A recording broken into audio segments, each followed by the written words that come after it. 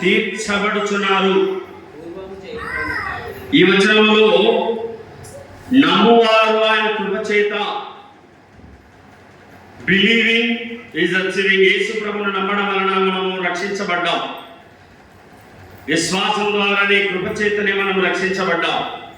2026 సంవత్సరాల కిందట దేవుడు మానవుడై సృష్టికర్త రక్షణకర్తై పరలోకాన్ని విడిచి భూలోకానికి ఆయన దిగివచ్చాడు. ఆయన మహిమలోకాన్ని విడిచి మానవత్వాన్ని ధరించాడు. ప్రభువైన యేసుక్రీస్తు ప్రేమ నీ ఎడల ఎంతో గొప్పగా ఉంది. ఆయన నిన్ను నన్ను ఎంతగా ప్రేమించినాడు, ఆయన నిన్ను నన్ను ఎంతగా కరుణించినాడు. కనుక మనం గమనిస్తే దేవుని ప్రేమను మనము జ్ఞాపకం చేసుకోవాలి. ఈ వచనములో క్రీస్తు యేసునందలి విమోచనము, యేసు ప్రభువులో ఏం దొరికింది మనకు? విమోచనం. యేసే నా విమోచన, యేసే నా రక్షణ, యేసే నా రక్షణ, యేసే నా సర్వము, యేసే నా విమోచన. హల్లెలూయా హల్లెలూయా. యేసు ప్రభు మనకు విమోచనం ఇవ్వడానికి వచ్చిన దేవుడు. ఒక చిన్న బాబు ఒక పడవను తయారు చేసుకున్నాడు. ఇనుప రేకుతో తయారు చేసుకుని దాన్ని నదిలో వదిలాడు. పడవ బాగా ఉంది, నదిలో ఎలా ప్రయాణిస్తుందని చిన్న నదిలో వదిలేస్తే ఒక పెద్ద ప్రవాహం వచ్చి ఆ పడవను ఒడిగా లోపలికి తీసుకెళ్ళిపోయింది. ఆ పిల్లవాడు అక్కడ కూర్చొని ఏడుస్తున్నాడు. నా పడవ పోయింది, నేను ఎంతో కష్టపడి 10 రోజులు తయారు చేసుకున్నాను నా పడవను, నా పడవ పోయిందని ఏడుస్తున్నాడు. పొలం వచ్చి పోతిపోయింది లేక నా దేవుడు ఇస్తాడు నువ్వు రా అనేసి తల్లి వచ్చి బిడ్డను ఆదరించి బిడ్డను ఇంటికి తీసుకెళ్ళిపోయింది. కానీ ఆ పిల్లవాని మనసంతా ఎక్కడుంది? ఎంతో కష్టపడి తయారు చేసుకున్న పడవ పోయిందని బాధతో ఉన్నాడు. ఓ రోజు ఒక జాలరి గది దొరికింది. చేపలు పట్టే జాలరి సముద్రంలోకి పోతాడు కదా నదిలోకి. ఆ చేపలు పట్టే జాలరికి ఆ యొక్క పడవ దొరికింది. దాన్ని నేనేం చేసుకుంటాను దీన్ని ఒక ఫ్యాన్సీ స్టోర్ వ్యక్తికి అమ్మేసినాడు. 150 రూపాయలకు జాలరి అమ్మేసినాడు. ఆ ఫ్యాన్సీ స్టోర్ అతను ఒక 50 రూపాయలు పెయింట్ వేసి ఆ యొక్క పెయింట్ రంగు వేసి దాన్ని అందంగా తయారు చేసి షోకేస్లో పెట్టినాడు.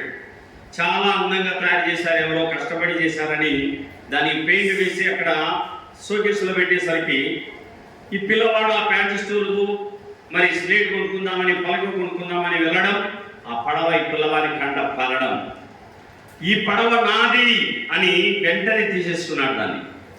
ఆగు బాబు, ఆ పడవ నీదే కావచ్చు, నేను దాన్ని ఒక జాలరి దగ్గర కొన్నాను, 150 రూపాయలు వెల కట్టాను, దానికి 50 రూపాయలు రంగు వేశాను, 100 రూపాయలు నా ఆదాయం, 300 అవుతుంది అన్నాడు. వాళ్ళ మమ్మీ డాడీ ఇచ్చిన ప్యాకెట్ మనీ భద్రపరుచుకున్నాడు ఒక ఉండిలో. ఆ డబ్బులు అంతా మరి తీసి ఉండి పగలగొట్టి ఆ డబ్బులు తీసుకెళ్ళి ఆ ఫ్యాన్సీ స్టోర్ ఆయనకి ఇచ్చేశాడు. ఆ పడవ ఇవ్వండి సార్ అని 300 వెల చెల్లించి పడవ తీసేసుకున్నాడు. ఇప్పుడు ఈ పడవ బాపడుతున్నాడు. ఈ పడవ 2 సార్లు నాది. ఎన్నిసార్లు? 2 సార్లు నాది. ఒకటి నేను తయారు చేసుకున్నాను, నీటిలో నదిలో కొట్టుకుపోయింది. 2 తప్పిపోయినటువంటి పడవ ఫ్యాన్సీ స్టోర్లో జరిగితే 2సారి దీన్ని వెల చెల్లించి దీన్ని కొన్నాను. ఈ పడవ 2 సార్లు నాది అని ఆ బాబు ఆ పడవతో మాట్లాడుతున్నాడు.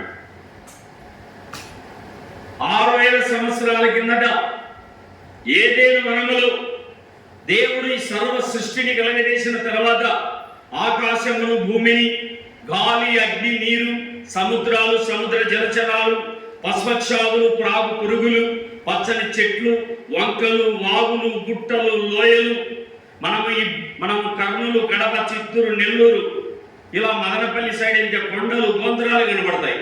అవన్నీ కూడా మన దేవుని సృష్టి.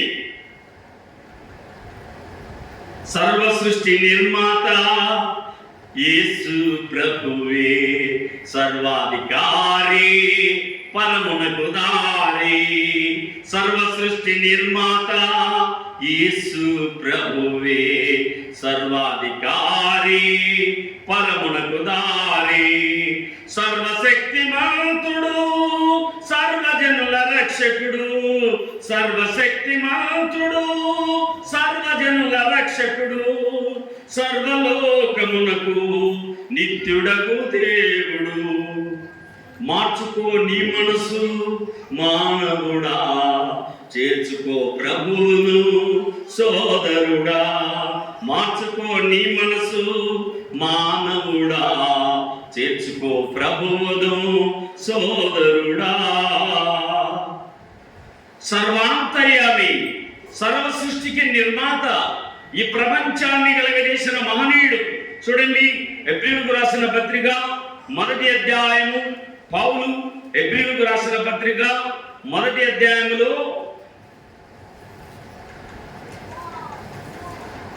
3-4 వచనాలు కలిసి ఉన్నాయి. ఆయన దేవుని మహిమ యొక్క తేజస్సును, ఆయన తత్వము యొక్క మూర్తిమంతమునై ఉండి, తన మహత్తు గల మాట చేత సమస్తమును నిర్వహించుచు, పాపముల విషయంలో శుద్ధీకరణ తానే చేసి, పాపముల విషయములో శుద్ధి చేసి, దేవతల కంటే ఎంతో దేవదూతల కంటే ఎంత శ్రేష్టమైన నామము పొందెను, వారికంటే అంత శ్రేష్ఠుడై ఉన్నత లోకమందు మహామహుడగు దేవుని కుడి పార్శ్వమున కూర్చుండెను. ఆహా, ఎంత చక్కగా పౌలు మహాభక్తుడు వర్ణించాడండి ఈ వచనాన్ని. దేవుని మహిమ యొక్క తేజస్సు యేసు ప్రభు. పరలోకము తండ్రి భూలోకానికి వచ్చాడు యేసుక్రీస్తు రూపంలో. అక్కడ రాయబడింది, దేవుని మహిమ యొక్క తేజస్సు అనే దగ్గర 3 అనే అంకె ఉంది. ఎంతమంది కనబడుతుందో నాకు తెలియదు, కానీ నాకైతే అక్కడ 3 అనే అంకె కనబడుతుంది. పుట్నొట్లో ప్రతిబింబం. పరలోకము తండ్రి ప్రతిరూపమే దేవుడు యేసుక్రీస్తు. తండ్రి వేరు, కుమారుడు వేరు కాదండి. తండ్రే కుమారుడు, దేవుడే మానవుడు, సృష్టికర్తే రక్షణకర్త. పరలోకాన్ని విడిచి భూలోకానికి వచ్చాడు, మహిమలోకాన్ని విడిచి మట్టి శరీరాన్ని దాల్చాడు, దైవత్వాన్ని విడిచి మానవత్వాన్ని ధరించాడు. దేవుడికి భార్య ఎట్లా వస్తుంది, భార్య లేకుండా పొడిగెట్ట పుడతాడు? ఇలాంటి క్వశ్చన్లు కూడా క్రైస్తవులు అప్పుడప్పుడు తెలియదు, పాపం వేస్తా ఉంటారు.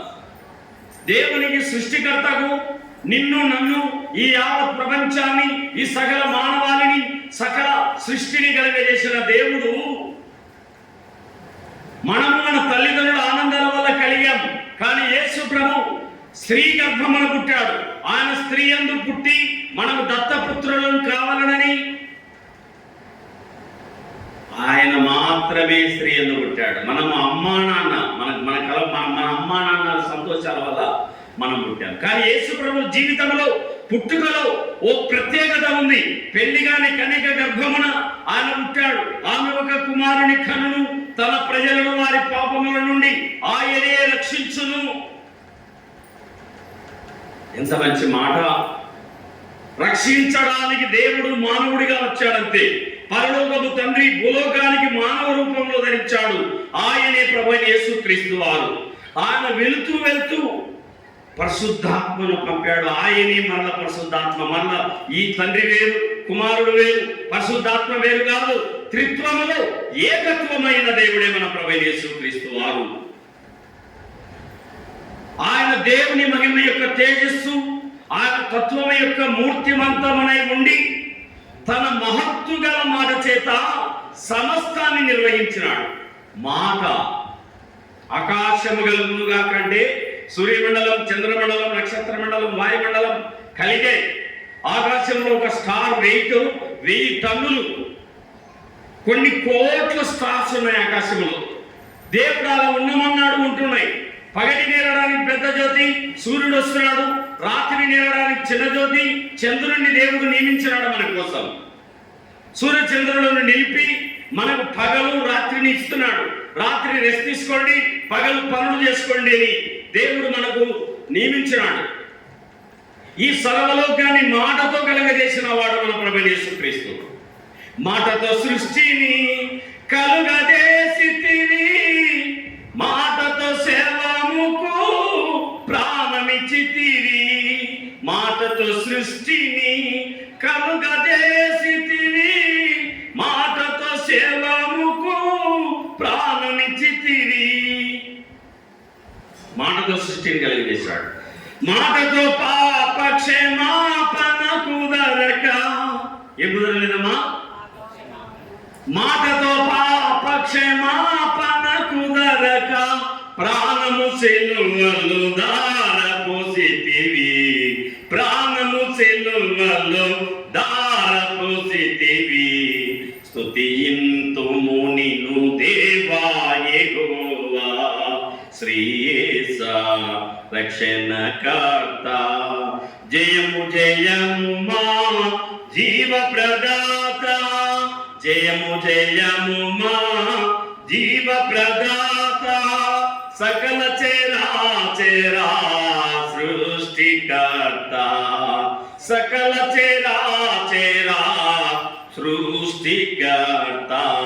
స్తుతింతుము నిన్ను దేవా యెహోవా, శ్రీయేసా రక్షణకర్త.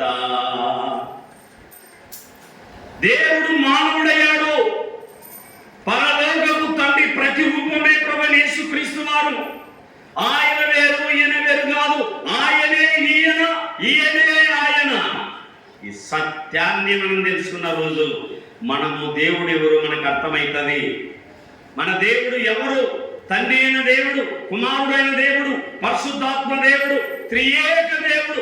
ఒకటే రూపమే కానీ మూడు రకాలుగా భూలోకానికి వచ్చాడండి ఆయన మన ప్రభువైన యేసుక్రీస్తు వారు. రండి దేవుని వాక్యములో నుంచి కొరింథీయులకు రాసిన మొదటి పత్రిక 1వ అధ్యాయము 30వ వచనము. కొరింథీయులకు రాసిన మొదటి పత్రిక 1వ అధ్యాయము 30వ వాక్యము. అయితే ఆయన మూలముగా మీరు క్రీస్తు యేసునందు ఉన్నారు.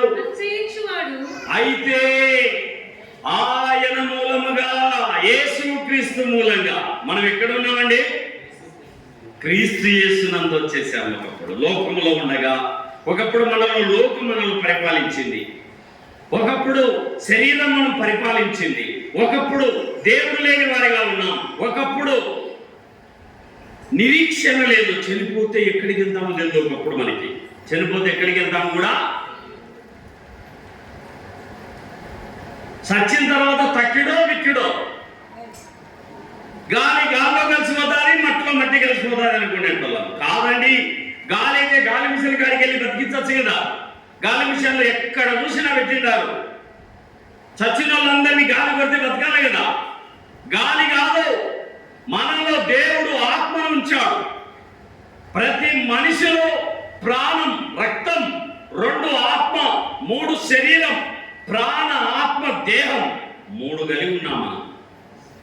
ఈ లోకంలో జంతువులన్నీ, కుక్కకు శరీరం ఉంటుంది, ప్రాణం ఉంటుంది, ఆత్మ ఉండదు. జంతువులకు ఏముంటుందమ్మా? జంతువులకు ఏముంటుంది? ఓన్లీ ప్రాణం, రక్తం మాత్రం ఉంటుంది, 2 శరీరం మాత్రం ఉంటుంది, వాటికి ఆత్మలు ఉండవు. వాటిని మాటతో చేసినాడు దేవుడు, కానీ నిన్ను నన్ను చేతితో చేసుకున్నాడు. 9 నెలలు నువ్వు దేవుని చేతిలో తయారు చేయబడ్డావు. కాళ్ళు, చేతులు, ముక్కు, ముఖము, కళ్ళు, నీకు ఒక రూపాన్ని పోసి ఈరోజు 757 కోట్ల జనాభా ఉంది ప్రపంచంలో. మన ఇండియా జనాభా 157 కోట్లు ఉంది. ఒకరి ముఖం మరొకరికి లేకుండా దేవుడు తయారు చేశాడు.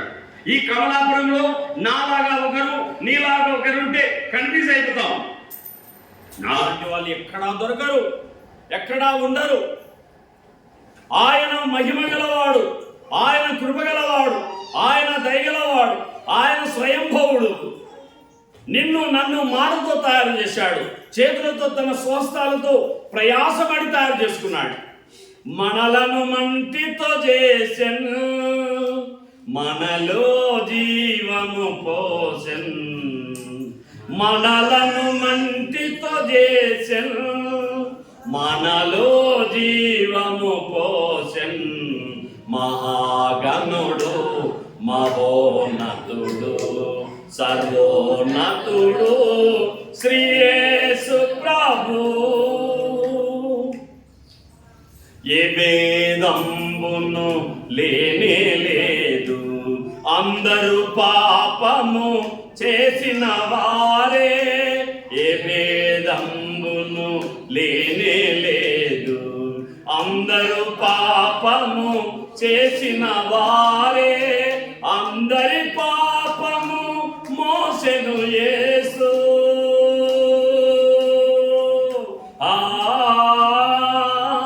అందరి పాపము మోసెను యేసు. చిందించెను సిలువలో తన రక్తం, చిందించెను సిలువలో తన రక్తం. మహాగణుడు మహోన్నతుడు సర్వోన్నతుడు శ్రీ యేసు ప్రభు. ఆది మానవుని అతిక్రమమును అంతముందింపను అవతరించెను. ఆది మానవుని అతిక్రమమును అంతముందింపను అవతరించెను. అది అంతము లేని దేవుడు. అది అంతము లేని దేవుడు. ఆదరించెడి ఆత్మరూపుడు, ఆదరించెడి ఆత్మరూపుడు. మహాగణుడు మహోన్నతుడు సర్వోన్నతుడు శ్రీ యేసు ప్రభు. ప్రాణప్రియుడు ప్రభువైన యేసుని ప్రార్థించుము పశ్చాత్తాపముతో. ప్రాణప్రియుడు ప్రభువైన యేసుని ప్రార్థించుము పశ్చాత్తాపముతో. పాపములన్నీ పరిహరించును.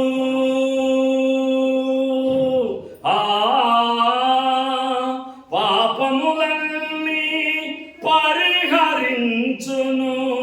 పరలోకము ప్రభు చేర్చును నిన్ను. పరలోకము ప్రభు చేర్చును నిన్ను. మహాగణుడు మహోన్నతుడు సర్వోన్నతుడు శ్రీ యేసు ప్రభు. అర్థమైందా? ఎంత మర్మం ఉంది పాటలో, ఎంత లోపలి గుండెల్లో ఉండి వచ్చిన పాట ఇది.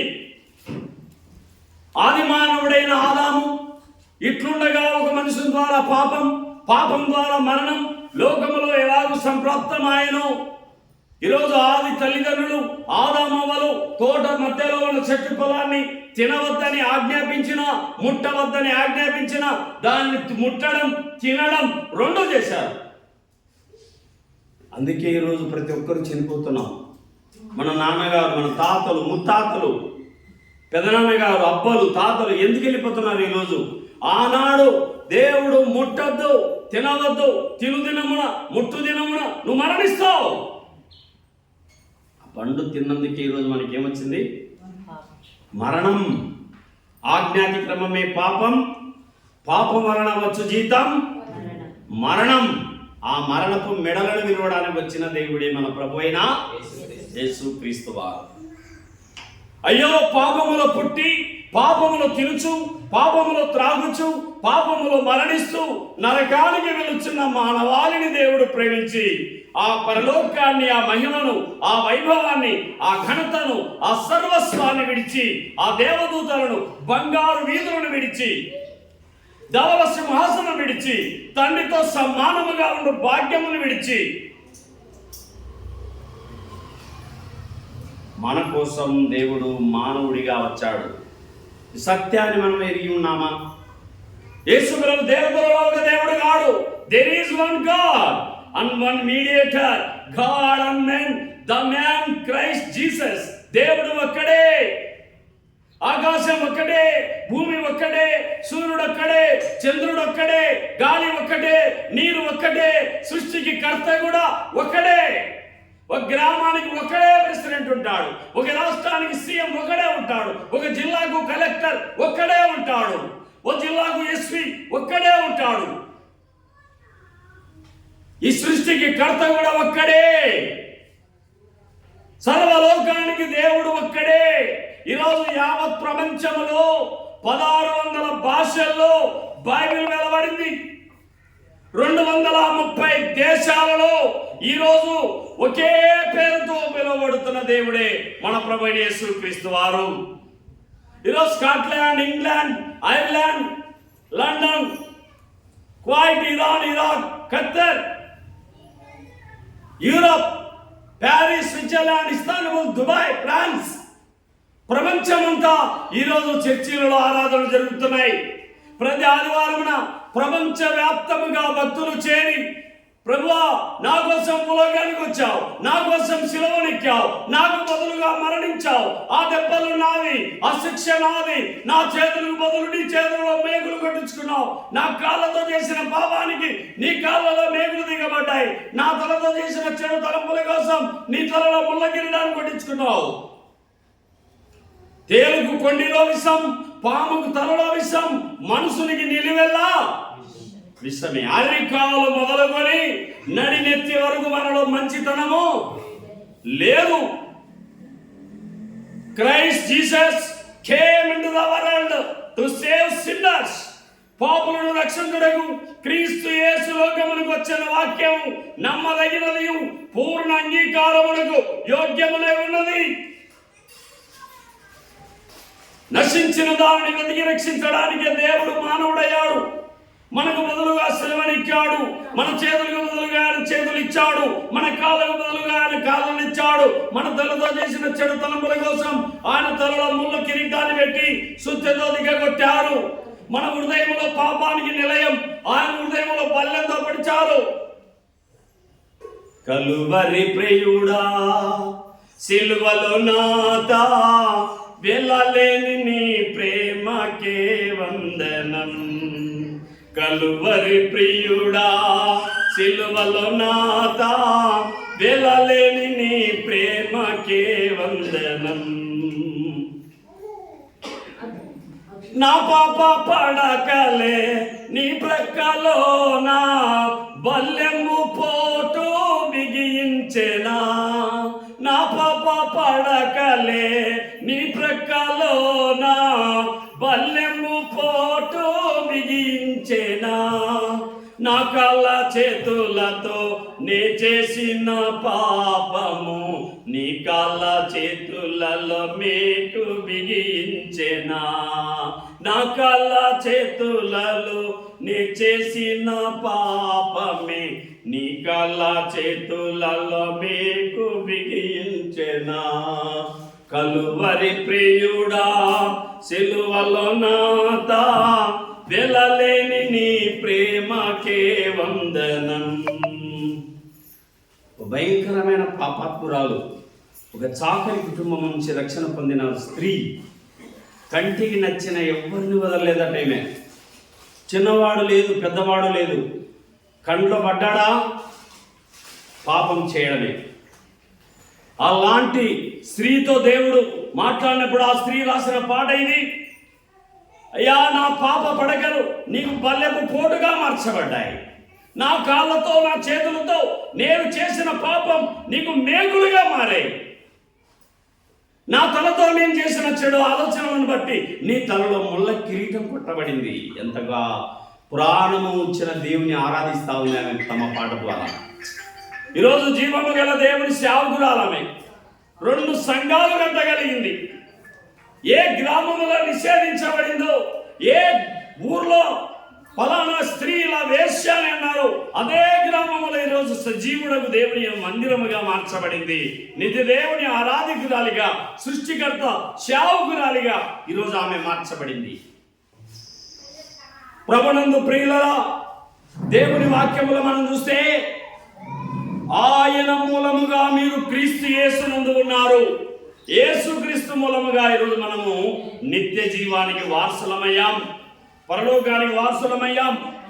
గలతీ పత్రిక 3వ అధ్యాయము 13వ వాక్యము. మాట్లాడద్దండి, దయచేసి మాట్లాడద్దండమ్మా. దేవుని సన్నిధిలో మౌనం.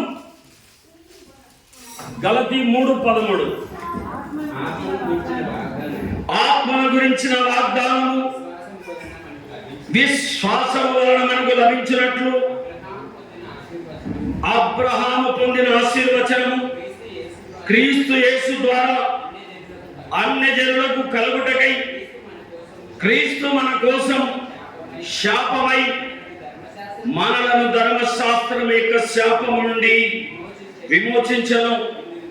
ఇందును గురించి మ్రాను మీద వేలాడిన 10 వాడు శాపగ్రస్తుడు అని వ్రాయబడి ఉన్నది. పైన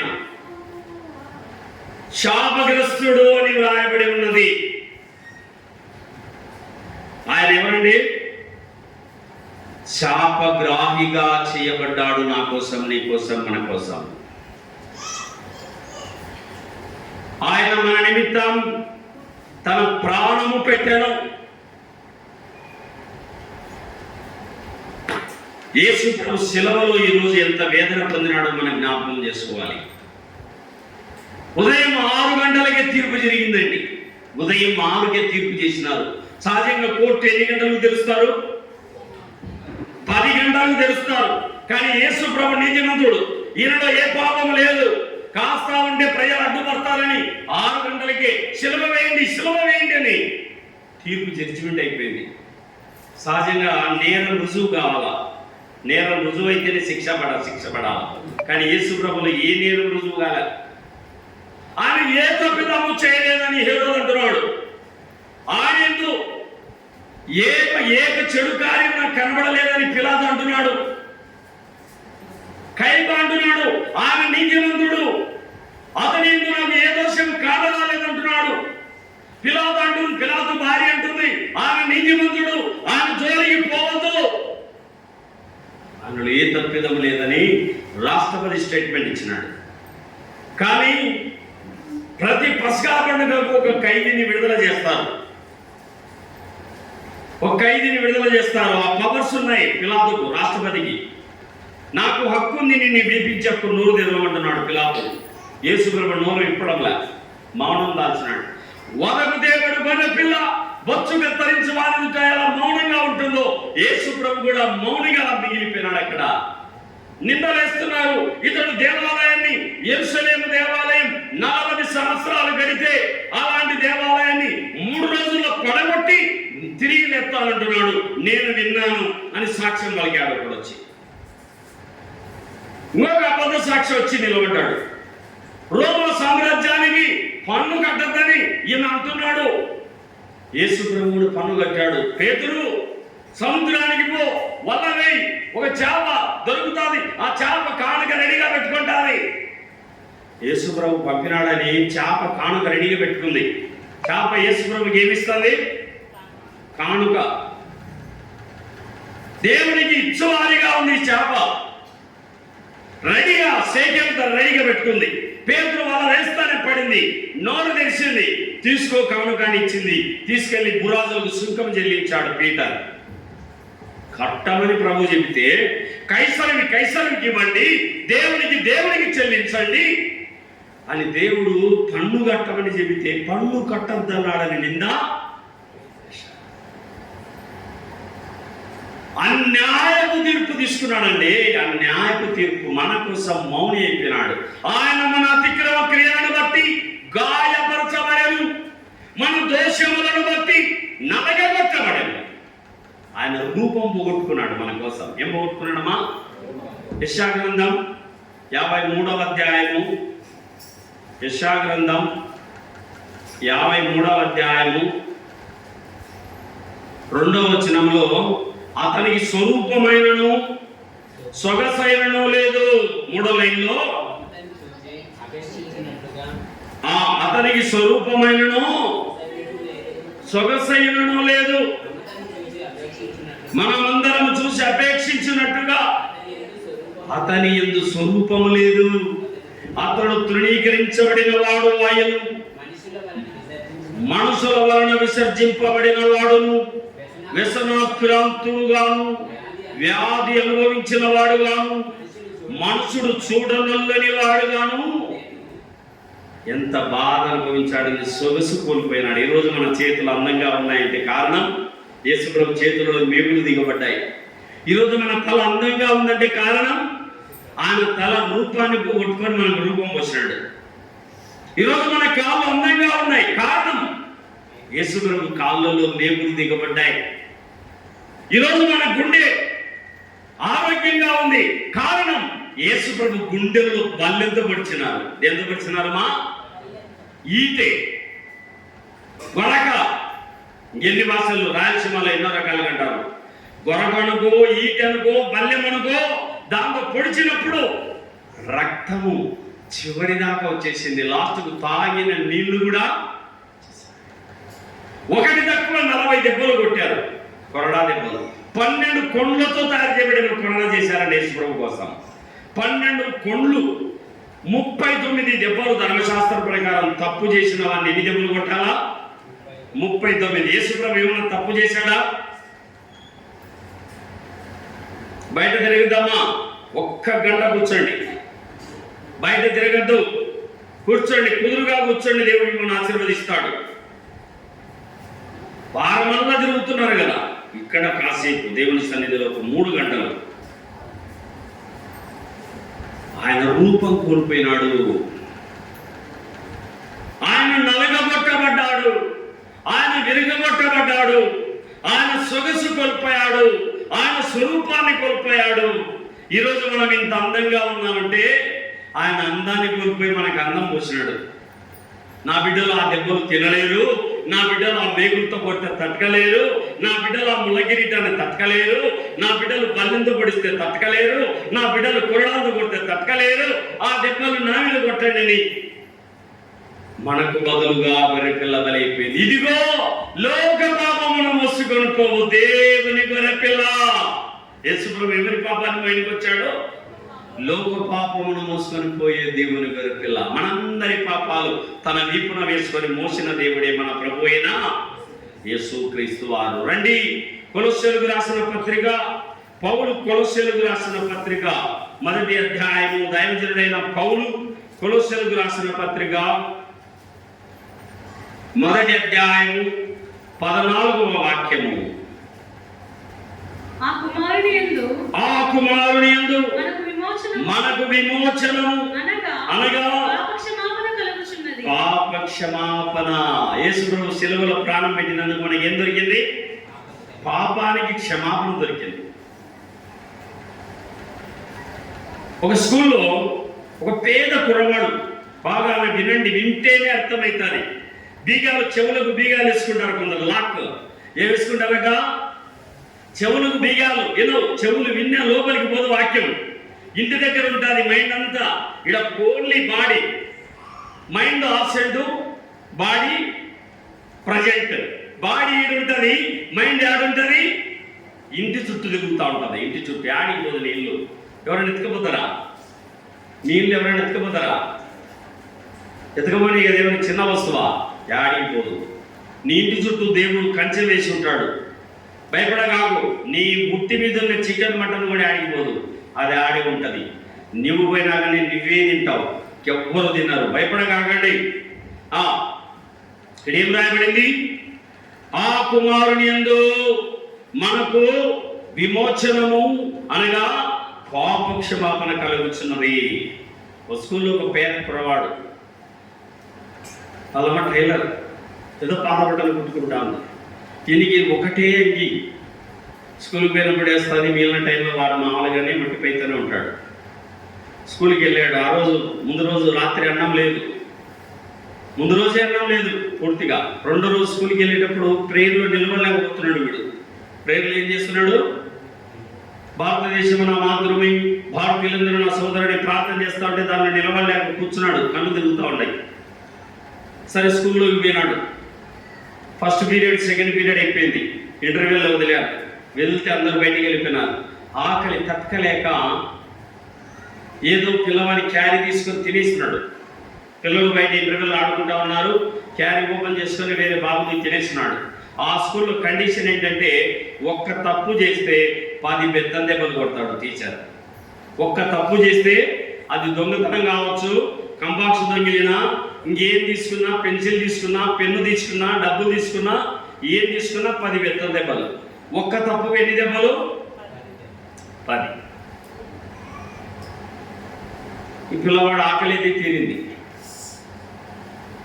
మధ్యాహ్నం స్కూల్ వదిలేసరికి వారి క్యారీ దగ్గరికి వెళ్తే వారి క్యారీలు ఏం లేదు, అన్నం లేదు, తినేసినారు ఎవరో. ఈ పేద పిల్లోడే తిన్నాడు.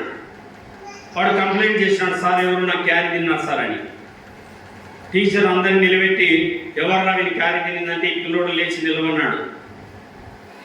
సార్ నేనే సార్ అని చెప్పి నిలవన్నాడు. చెప్పారు ఏదో వాళ్ళు, సార్ ఈ పిల్లోడు తింటే నేను చూసినాను సార్ అని. నిలవన్నాడు. నిలవన్న తర్వాత అంగిపురా అన్నాడు. అంగి ఇప్పితే ఉన్ని బర్రెంకలు ఉన్నాయి.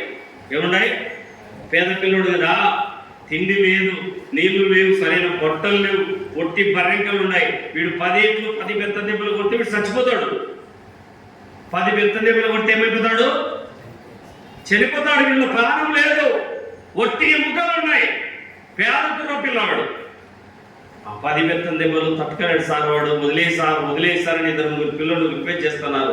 సార్ వాడు దెబ్బలు తట్టుకోలేడు సార్, వాడు చచ్చిపోతాడు, వాడిని వదిలేస్తారంటే డిసిప్లిన్ పోతుంది. ఇక్కడ ఏమవుతుంది? టీచర్ దగ్గర ఏం సార్ వాడు తప్పు చేస్తే వాడిని మన కొట్టలేదు కదా, నన్ను ఎందుకు కొడుతున్నామని ఇంకొకరు ప్రశ్నిస్తాడు కదా. తెలివైన ఉన్నారు లేదా ఈ దినాల పిల్లలు? చాలా తెలివైన ఉన్నారు. వాడు తప్పు చేసిన వాడిని ఏమలేదు కదా, నన్ను ఎందుకు కొడుతున్నామని ప్రశ్నిస్తారని డిసిప్లిన్ పోతుంది. తప్పకుండా అయితే దెబ్బలు కొట్టాల్సిందే అన్నారు. ఒక పిల్లవాడుని, సార్ వాని బదులు నేను దెబ్బలు తింటాను సార్, నన్ను కొట్టండి సార్ అని సార్ చెప్పినాడు. వీడు తట్టుకోగలడు. వీని దగ్గర బాగా ధనవంతుడు పిల్లోడు, బాగా పుష్టి బలం ఉంది బాగా. సరే వాని బదులు వీని కొడతామని చెప్పి వాని బదులు వీని 10 బెత్త దెబ్బలు కొట్టాడు. భాస్కర్ అనే పిల్లోడు, పేద పిల్లోడు అన్నం తింటే రాజా అనే పిల్లోడు దెబ్బలు తిన్నాడు. సరిపోయింది. వాని బదులు వీడు దెబ్బలు తిన్నాడనేసి వీని కొట్టాడు 10 బెత్త దెబ్బ. 2026 సంవత్సరాల కిందట దేవుడు కూడా తప్పు చేసింది మనమైతే, నేరం చేసింది మనమైతే, పూచిబడి జామీను పడి ఆ దెబ్బలు నన్ను కొట్టండి అని యేసు ప్రభు శిలువలో నీ కోసం నా కోసం నలిగిపోయినాడు. అదే కల్వరి ప్రేమ, అదే శిలువ ప్రేమ.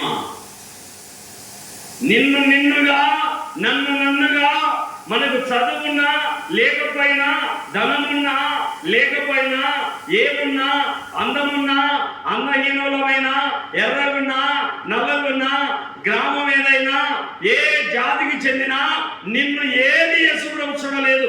నిన్నుగా, నన్నుగా ప్రేమించి తన రక్తాన్ని చిందించి ఆ రక్తముతో నిన్ను వేలపెట్టి కొనుక్కున్నాడు. ఆయనే మన ప్రభువైన యేసు క్రీస్తు వారు. రండి, అదే కొరింథీయులకు రాసిన పత్రికలో 19వ వచనంలో, మొదటి అధ్యాయం 19లో, ఆయన యందు సర్వ సంపూర్ణత నివసింపవలనని ఆయన శిలువ రక్తము చేత సంధి చేసి ఆయన ద్వారా సమస్తమును, అవి భూలోకమందున్నవైనను పరలోకమందున్నవైనను వాటినన్నిటినీ ఆయనతో కూడా తనతో సమాధానపరుచుకున్నవలనని సంధి అభిష్టమాయను. ఆయన శిలువ రక్తంతో ఏం చేసినాడు? సంధి. ఇద్దరు భార్యాభర్తలు లేక ఒక పిల్లోడు పుట్టాడు. వాడిని ఎంతో గాఢంగా అరికాలకు మట్టి అంటకుండా సాగినారు. వాడు పెంచి పెద్ద చేసినారు. వాడు స్కూల్కి వెళ్తా ఉన్నాడు, కానీ స్కూల్కి వెళ్ళడం లేవాడు. బుక్కులు మాత్రం తీసుకొని పోతున్నాడు బయటికి. కానీ అవి బుక్కులు వేరే వాళ్ళు ఇంట పెట్టి వాడు జూదము, త్రాగుడు, సిగరెట్లు, గుట్కా, రాజా, తావుతా స్కూల్కి వెళ్ళకుండా తిరుగుతున్నాడు. వాళ్ళ నాన్న పెద్ద వ్యాపారస్తుడు. సార్ మా పిల్లోడు ఎలా చదువుతున్నాడు సార్ అని టీచర్ అడిగితే, మీ పిల్లవాడు నెలలో ఒక్కసారి కూడా బడికి రాడు. ఎవరు చెప్పాడు? తండ్రికి నీ పిల్లవాడు నెలలో ఒక్క రోజు కూడా బడికి ఇచ్చిన దాఖలాలు లేవు. ప్రజెంటేషన్ కలుగుతారు కదా, ఆ ప్రజెంటేషన్ అన్ని ఆబ్సెంట్లే. తండ్రికి రౌద్రం వచ్చింది. ఏమొచ్చిందమ్మా? కోపం. అరే వీన్ని ఇంత కష్టపడి బుక్స్ కొనిపించి, బ్యాగులు కొనిపించి, షూ కొనిపించి, మంచి డ్రెస్సులు కొనిపించి వాడిని స్కూల్కి పంపిస్తే వాడు చేసే పని ఇదే అని వచ్చి బిల్డు తీసుకొని కొట్టేసరికి నేను ఉండను ఇంట్లో పారిపోయినాడు. లేక కదా ఒక్కగానొక బిడ్డ కదా, తల్లి మంచాన పడింది. ఇక వాడు అలిగి ఇంట్లోండి వెళ్ళిపోయినాడు. రోజు మిద్దె మీదకి పిల్లోడు వస్తాడని తల్లి చూస్తూ ఉంది. మిద్దె ఎక్కడం చూడడం, చూసి నిరుత్సాహంతో కిందకి దిగి రావడం. ఒక్కడే బిడ్డ, ఇద్దరు భార్య భర్తలు ఒకరి ముఖాలు ఒకరు చూసుకుంటా ఉన్నారు. ఇంకా మూడోవాడు లేడు, వరుస పిల్ల లేదు ఇంట్లో, పిల్లవాడు లేడు. ఇద్దరు చూసుకొని ఒకరినొకరు ఏడ్చుకుంటా ఉన్నారు. ఎంత పని చేశామండి పిల్లోడిని, వాడు చదివితే ఎంత చదవకపోతే ఎంత, ఉండడానికి దేవుడు మనకి అన్ని ఇచ్చినాడు కదా, ఎందుకంటే అంత పని చేశారంటే ఏం మా కోపం తట్టుకోలేక కొట్టాను, కొడితే మాత్రం అట్లా వెళ్తాడని నాకు తెలుసా. ఒకరినొకరు పట్టుకుని ఏడ్చుకుంటా ఉన్నారు. ఆయన వ్యాపారంలో వెళ్ళిపోయినాడు, ఆయన వ్యాపారం చేయడానికి వెళ్ళిపోయినాడు. ఇక్కడ మనం గమనిస్తే వాళ్ళమ్మ ఇంటి దగ్గరికి పైకి ఎక్కి చూస్తా ఉంది. పొరపాటున కన్ను తిరిగి మిద్దె మీద నుంచి కింద పడింది, తల పగిలింది. హాస్పిటల్కి తీసుకెళ్లారు. ఇవి బ్రతకదని చెప్పారు. ఇక చివరి చూపు కోసం, బిడ్డ కోసం ఎదురు చూస్తూ ఉంది. పేపర్లో ప్రకటించారు, నాయనా బిడ్డ నువ్వు ఎక్కడున్నా తిరిగి రా నాయనా, నీ తల్లి చావుబతుకుల మధ్యలో ఉందని తల్లి పేపర్ స్టేట్మెంట్ ఇచ్చినాడు. ఆ పిల్లవాడు ఒక చోట పేపర్ చదువుతూ తల్లి ఫోటో చూడడం జరిగింది. నా తల్లి మరణ పడకలో ఉంది. పరిగెత్తుకుంటూ వచ్చాడు తల్లి దగ్గరికి. వచ్చేసరికి తల్లి చివరి చూపు, నేను చనిపోతానో ఏమో బిడ్డను చూడకుండా, బిడ్డను చూడగలుగుతానో లేదో అన్నటువంటి ఆఖరి దశలో, అవసాన దశలో ఉంది. మొత్తానికి బిడ్డను చూసింది. నాయనా నువ్వు వచ్చావు, నాకు అందే చాలని చెప్పి తల్లి ఎక్కడా ప్రాణం లేచి వచ్చిందన్నమాట. లేచి వచ్చింది ప్రాణం. ఎక్కడి నుంచో ఊపిరి పూసుకుని బిడ్డను గట్టిగా కౌలించుకుంది. భర్తను పిలిచింది, కొడుకును పిలిచింది. ఇద్దరికి ఏం లేదు, నన్ను కొట్టాడని బిడ్డ కోపంతో ఉన్నాడు. వాడు ఎందుకు ఇట్లా చేశాడని ఆయన ఇద్దరు సమాధానం చెప్పి ఇద్దరికి ఒక చేతికి కలిపి ప్రాణం వదిలింది. తల్లి చనిపోయింది. బిడ్డ చేతిలో పెట్టి, తల్లి చేతిలో పెట్టి, నాయన బిడ్డను బాగా చూసుకోండి అని భర్తకు చెప్పింది. తండ్రి మాట వినునైనా, నీకోసమే తల్లి చెప్పేదని బిడ్డకు చెప్పింది. కన్ను మూసింది. ఈ తల్లి తండ్రి కొడుకుల మధ్య వైరాన్ని, శత్రుత్వాన్ని పడగొట్టి వారిద్దరికి సమాధానం కుదిర్చింది. అలాగే పరలోకపు తండ్రి కూడా శిలవలో తన రక్తాన్ని చిందించి, ఆ రక్తముతో శుద్ధి చేసి, శిలవ రక్తముతో సంధి చేసి, తండ్రి ఇదిగో నా బిడ్డలు పాపం చేసినందుకు నా రక్తాన్ని చిందిస్తున్నాను, ఆ రక్తంతో నా బిడ్డలను కడుగుతున్నాను, ఆ రక్తంతో శుద్ధి చేసి తన యొక్క నా తండ్రితో సమాధానపరిచాను. అక్కడే చూస్తే 21లో, మరియు గత కాలమందు దేవునికి దూరస్తులను మీ దుష్క్రియల వలన మీ మనసులో విరోధ భావం గల వారిని మిమ్మును కూడా తన సన్నిధిని పరిశుద్ధులుగాను, నిర్దోషులుగాను, నిరపరాధులుగాను నిలవబెట్టుటకు ఆయన మాంసయుక్తమైన దేహమందు మరణము వలన ఇప్పుడు మిమ్మును సమాధానపరచను. యేసు ప్రభు మరణం మనకి దొరికింది, తండ్రితో సమాధానం. అమ్మా విను, చెల్లి తల్లి విను, సోదరుడా విను, ప్రియులారా, నీకు నాకు స్వర్గం దొరికింది, పరలోకం దొరికింది, తండ్రితో సమాధానం దొరికింది. యేసు ప్రభు శిలవ రక్తములో మనకు విడుదల దొరికింది, తండ్రితో సమాధాన బంధం దొరికింది. ఇంత గొప్ప రక్షణ ఇచ్చిన దేవుడే మన ప్రభు అయిన. తీతుకు రాసిన పత్రిక 2వ అధ్యాయము 14వ వాక్యము. పౌలు తీతుకు రాసిన పత్రిక, దైవజనుడైన పౌలు తీతుకు రాసిన పత్రిక 2:14. ఆయన సమస్తమైన దుర్నీతి నుండి, ఆయన సమస్తమైన పాపముల నుండి మనలను విమోచించి సత్క్రియలందు ఆసక్తి గల ప్రజలను తన కోసరము పవిత్రపరచుకొని తనకు సొత్తుగా చేసుకొనుటకు తన్ను తానే మన కొరకు అర్పించుకొనెను. యేసు ప్రభు శిలువలో కేక వేయకపోతే మనం నరకంలో కేక వేయాల. యేసు ప్రభు సమాప్తమని బిగ్గరగా పలకపోయిందంటే ఓ మరణమాని బలమెంత అని అనకపోయి ఉండింటే, మరణాన్ని జయించకపోయి ఉండింటే ఈరోజు మనం చస్తాని అగ్నిగుండంలో కాలవలసి వచ్చేది. దేవుడు నిన్ను నన్ను ప్రేమించి తన రక్తముతో మనలను కడిగి పరిశుద్ధులుగా, నిర్దోషులుగా, నిరపరాధులుగా, నిష్కలంకులుగా, నీతి రాజ్యములకు వారసులుగా మన ప్రభువైన యేసుక్రీస్తు వారు మనలను చేసినాడు. కాబట్టి ఇక్కడ గమనిస్తే మనలను తండ్రితో సమాధానపరిచాడు. సమస్తమైన పాపములను మనలను విమోచించి సత్క్రియలు చేసేవారిగా ప్రజలను తన కోసం పవిత్రపరచుకొని తన సొత్తుగా, దేవుడు నిన్ను నన్ను ఎలా చేస్తున్నాడమ్మా? సొత్తు. సొత్తు అంటే నక్లీస్, బంగారు నాణ్యం, విలువైన వస్తువులనే సొత్తు అంటారు. అంత విలువైన వ్యక్తివి నువ్వు. యేసుప్రభు రక్తంలో కడగబడిన నీవు దేవుని సొత్తు అయిపోయావు. భయపడకము, పేరు పెట్టి నిన్ను పిలిచి ఉన్నాను, నువ్వు నా సొత్తు అన్నాడు దేవుని వాక్యం 43వ అధ్యాయం 1లో. ఆయన తన సొత్తుగా నిన్ను నన్ను చేసుకున్నాడు. హెబ్రీ 9:12 పౌలు హెబ్రీయులకు రాసిన పత్రిక 9వ అధ్యాయము 12వ వాక్యము. నేను వారి దోషముల విషయమై దయగలిగి వారి పాపములను ఇకను ఎన్నడూ జ్ఞాపకం చేసుకున్నానని ప్రభువు సెలవిచ్చుచున్నాడు. 9:12 మేకల యొక్కయు కోడెల యొక్కయు రక్తముతో కాక తన స్వరక్తముతో ఒక్కసారి పరిశుద్ధ స్థలములో తన స్వరక్తం. ఏ రక్తం నచ్చాడు యేసు ప్రభు? తన సొంత రక్తం, పవిత్రమైన రక్తం, పరిశుద్ధమైన రక్తం. పవిత్రుడు, నిర్దోషి, నిష్కల్మషుడు, పాపులుడు చేరిగా ప్రత్యేకమైన దేవుడు ఆయన తన స్వరక్తము చేత.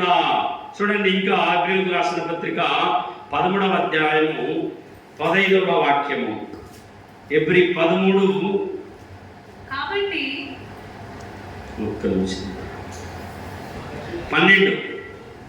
హెబ్రీ 13:12 కావున యేసు కూడా తన స్వరక్తము చేత ప్రజలను పరిశుద్ధపరచుటకై గవిని వెలపట శ్రమ పొందెను. ఏం పొందినమ్మా యేసు ప్రభు? ఊరి వెలపల గవిని వెలపట సిలువలో అడ్డకర్ర నిలువుకర్ర మీద వేలాడి తీసినాడు యేసు ప్రభు.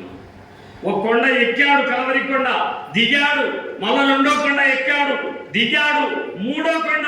ఆ భారమైన సిలువను ఆయన మోసుకుంటూ 3 కొండలు ఎక్కి ఆ 3 కలవరి కపాలమునబడిన కొండ పైన తన ప్రాణాన్ని గవిని వెలపట శ్రమలు పొంది, చేతుల్లో గాయాలు, కాళ్ళల్లో గాయాలు, తలలో గాయాలు, గుండెల్లో గాయాలు, కొరడా దెబ్బలతో గాయాలు, ఆయన సొగసు రూపాన్ని కోల్పోయి నీకు రూపం పోసినాడు కనుక ఆయన మనం స్తుతించబద్ధులమై ఉన్నాము.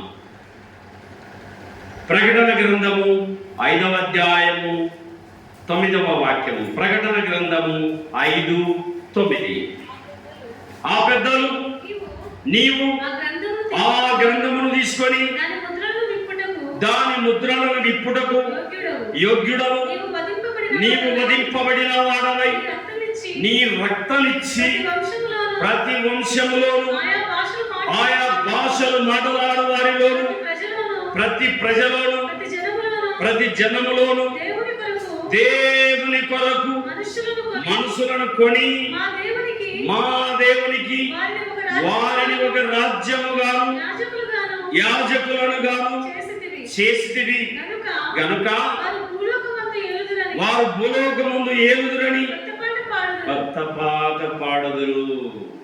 నీవు వధింపబడిన వాడవై. శిలువలో ఏం చేయబడ్డాడు యేసు ప్రభు? వధింపబడ్డాడు. ముందు రోజు ఎంత వేదన పడ్డాడు. ఆ బాధ, ఆ మేకులు కొడతారు, తలలు ముల్లగిడ్డ కొడతారు, గుండెల్లో కళ్ళెంతో పొడుస్తారు, కొరడాలతో దేవంతో దున్నుతారని. తండ్రి నీ చిత్తమైతే గిన్నె నా ఇద్దరిని తొలగించయ్యా, ఆ శ్రమను నేను తాళలేనయ్యా, ఆ దెబ్బలు నేను తినలేనయ్యా అని గెస్సమనే మనములో ఏడుస్తున్నాడు. పరలోకములో నుండి దేవుడు ఒక దూతను పంపి నాయన శిలవలో చనిపోవాలి, నువ్వు శిలవలో రక్తాన్ని చిందించాలి, లోకానికి విడుదల కలగాలి, లోకానికి విమోచన, పాపులకు రక్షణ, దోషులకు రక్షణ, అపవిత్రులకు రక్షణ కలగాలంటే నీ ప్రాణాన్ని నువ్వు శిలవలు వదలాలి. అప్పుడు దేవదూత బలపరిచింది. తెల్లవారుతానే యేసు ఎవరు అంటే నేనే అని అప్పగించుకున్నాడు. వారికి బండ్రౌదులకు నేనే యేసునని తీసుకెళ్లారు. ప్రేతోరేమన్న అధికారం చేసుకుని పిడి బుద్ధులు గుద్దారు. నువ్వు దేవుడివి కదా, వాడు కొట్టాడా, వీడు కొట్టాడా, వీడు కొట్టాడా, నువ్వు దేవుడివైతే ఎవడు ముందు కొట్టాడో చెప్పు. ఆయన విలువైన నేత వస్త్రాన్ని ఇప్పి ఉదాహరణ వస్త్రాన్ని తొడిగారు. అందమైన విలువైన వస్త్రాన్ని తీసేశారు. విలువలేని వస్త్రాన్ని, ఉదాహరణ వస్త్రాన్ని తొడిగారు. పిడి బుద్ధులు గుద్దుతున్నారు, చెంపలు బట్టి లాగుతున్నారు, భారమైన శిలువను మోపుతున్నారు. ఈ కొండ వెనుక ఎక్కలేక పడతా లేస్తా కొండ ఎక్కాడు. ఆకాశానికి భూమికి మధ్య అడ్డకర్రపై నిలువు కర్రపై వేలాడదీశారు. సమాప్తమని బిగ్గరగా పలికి తన ప్రాణాన్ని తండ్రిని నీ చేతికి నా ఆత్మను అప్పగిస్తున్నానని తన ప్రాణాన్ని తునప్రాయంగా వదిలాడు. నీ కోసమే, నా కోసమే ఆ దెబ్బలు తిన్నాడు మన ప్రభువైన యేసుక్రీస్తు. నీవు వధింపబడిన వాడవై, వధించబడిన వాడు. ఎంత బాధ అనుభవించాడమ్మా యేసయ్య, ఎంత వేదన పొందాడమ్మా యేసయ్య. నువ్వు వధింపబడిన వాడవై నీ రక్తమిచ్చి ప్రతి వంశములో, ఆయా భాషలు మాట్లాడు వారిలో, ప్రతి ప్రజలు, ప్రతి జనములో దేవుని కొరకు మనుషులను కొని ఏం చేశానండి, కొనుక్కున్నాడు. నేను సాతాను చేతిలో నువ్వు ఇంతకాలం ఉన్నావు, నేనున్నా. సాతాను చేతిలోంచి దేవుడు కొనుక్కున్నాడు నిన్ను, నన్ను. ఈయన నా బిడ్డ, ఇదిగో వాళ్ళ కోసం నా రక్తాన్ని చిందించిన ఆ రక్తంతో నా బిడ్డను కొనుక్కుంటున్నాడు. కొన్నాడు కాబట్టి ఈరోజు ఆరాధనలో ఉన్నాం. కొన్నాడు కనుకనే, తన రక్తం ఇచ్చి కొన్నాడు కనుకనే ఈరోజు మందిరంలో ఆయన సన్నిధిలో ఆయన మాటలు పాటలు వింటూ ఆయన స్తుతిస్తున్నాం. ఆయన రక్తం ద్వారా మనకు విడుదల జరిగింది కనుక, ఆయన రక్తం ద్వారా మనకి విమోచన జరిగింది కనుక, ఆయన రక్తం ద్వారా మనం పరలోక వారసత్వం పొందాం కనుక, ఆయన రక్తం ద్వారా దేవుని సొత్తయ్యాము కనుక ఈరోజు మనం ప్రభువును ఆరాధిస్తున్నాం. కళ్ళు మూసుకుందాం, ప్రభువును ఆరాధిద్దాం. ప్రేమగల మా పరలోకపు తండ్రి, దయగల దేవా, సృష్టికర్తగా ఉన్న మీరు రక్షణకర్తగా వచ్చారు. దైవత్వాన్ని విడిచి మానవత్వాన్ని ధరించారు. మహిమలోకాన్ని విడిచి మట్టి శరీరమును దాచారు. ప్రభువా, ఆ దెబ్బలు మావి, ఆ శిక్ష మాది, ఆ నేరాలు మావి. దేవా, మా దెబ్బలు మేము తినాలి, ఆ ముళ్ళ కిరీటం మా తలలో కట్టాలి, మా గుండెల్లో బల్లెంతో పొడవాలి, మా కాళ్ళ చేతుల్లో మేకులు దిగగొట్టాలి. ఆ దెబ్బలు మేము తినలేమని, ఆ శిక్ష మేము భరించలేమని మాకు బదులుగా బలి అయిపోయినావు. మాకు బదులుగా రక్తాన్ని చిందించినావు. మాకు బదులుగా నిలువెల్లా రక్తపు ముద్దగా మార్చబడ్డావు. సొగసు కోల్పోయావు, స్వరూపం కోల్పోయావు, మనసుడు చూడలేని వాడవయ్యా, దుఃఖాక్రాంతుడవయ్యా, వ్యసనాక్రాంతుడవయ్యా, వ్యాధిని అనుభవించావు. దేవా, ఎంత ప్రేమ ప్రభావం ఏమంటే, తండ్రితో మమ్మల్ని సమాధానపరచాలని, మమ్మల్ని పరిశుద్ధులుగా, నిర్దోషులుగా, నిరపరాధులుగా చేయాలని వధింపబడిన వాడవై నీ రక్తమిచ్చి మమ్మల్ని కొని శుద్ధి చేసి నీతిమంతులుగా, నిర్దోషులుగా, నిరపరాధులుగా, నిష్కలంకులుగా, నీతి రాజ్యానికి వారసులుగా మమ్మల్ని చేశావు. ఏ వివగలమునైనా నీ ప్రేమకు విరిగి నలిగిన మనసుతో హృదయపూర్వక ఆరాధన యేసు క్రీస్తు ప్రశస్తమైన నామంలో పరలోకపు తండ్రికి సమర్పిస్తున్నాము తండ్రి.